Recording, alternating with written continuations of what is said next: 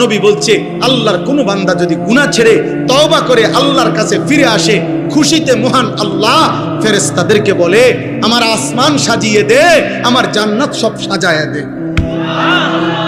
ফেরেশতারা বলে মাওলা কেন আসমান সাজাইলেন, কেন জান্নাত সাজাইলেন? আল্লাহ বলে আসলাহাল আবদু মাওলাহু, আজ এক গোলাম যে আমার থেকে ভাইগা গেছিল, যে আমার অনেক দিন সেজদা দেয় নাই, যে আমার অনেক দিন ডাকে নাই, যে আমার অনেক দিন গোলামি করে নাই, আমার এমন একজন ভেগে যাওয়া বান্দা আজকে আমি মাওলার সাথে তার সম্পর্ক ঠিক করে ফেলছে, তওবা করে চোখের পানি ছেড়ে দিছে, আমি তারে মাফ করে দিছি। এই খুশিতে আমি আসমান সাজিয়ে দিলাম, জান্নাত সাজিয়ে।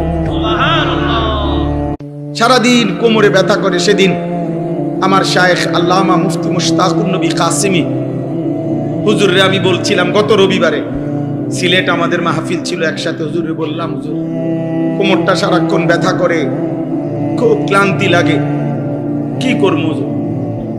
হুজুর আমারে বলতেছে, এমন এক কথা বলছে আমার হিম্মত বাইরে গেছে আরো 100।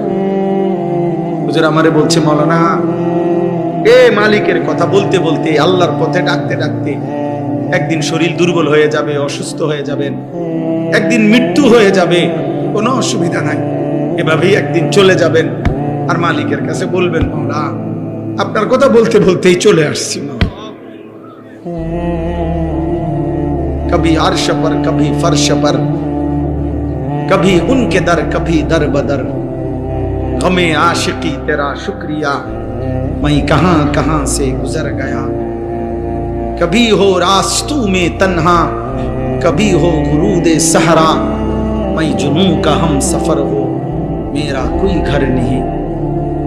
এজন্য হযরত উলামায়ে কেরামের কাছে আমার অনুরোধ, আপনারা আপনাদের প্রত্যেকের জায়গায় নিজ নিজ মহল্লা, নিজ নিজ এলাকা, নিজ নিজ মসজিদ মাদ্রাসা আশপাশ যার যার সাধ্য মতো, কেউ 5 জন রে বলেন, কেউ 50 জনকে বলেন,